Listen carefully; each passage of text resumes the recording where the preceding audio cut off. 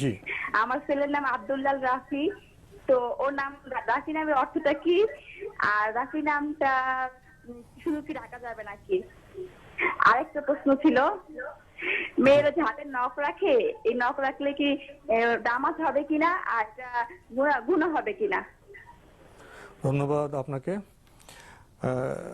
যারা সন্তান আসে আমাদের আল্লাহ উপহার দেন, এটা সুন্দর ব্যাপার। তো আমরা সন্তানের নামটা অর্থ না জেনে রাখবো কেন? আর সন্তান আসবে, এই সুখবরের আভাস তো আমরা আগেই পাই। এক্ষেত্রে বোধহয় আমাদের আরো সচেতন হওয়া দরকার।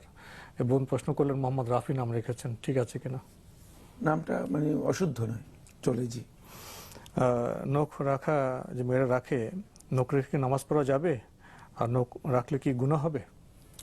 নখ লম্বা রাখা এটি রাসূলুল্লাহ সাল্লাল্লাহু আলাইহি ওয়াসাল্লামের সুন্নাহ এবং ফিতরাতের খেলাফ। ফলে কোনো ব্যক্তি যদি লম্বা নখ রাখেন তিনি গুনাহগার হবেন, কোনো সন্দেহ নেই। এটি ফিতরাতের খেলাফ।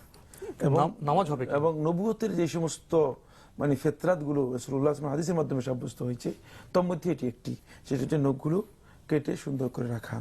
কিন্তু নামাজ হয়ে যাবে। যদি কারো নখ লম্বা থাকে তার সালাত হয়ে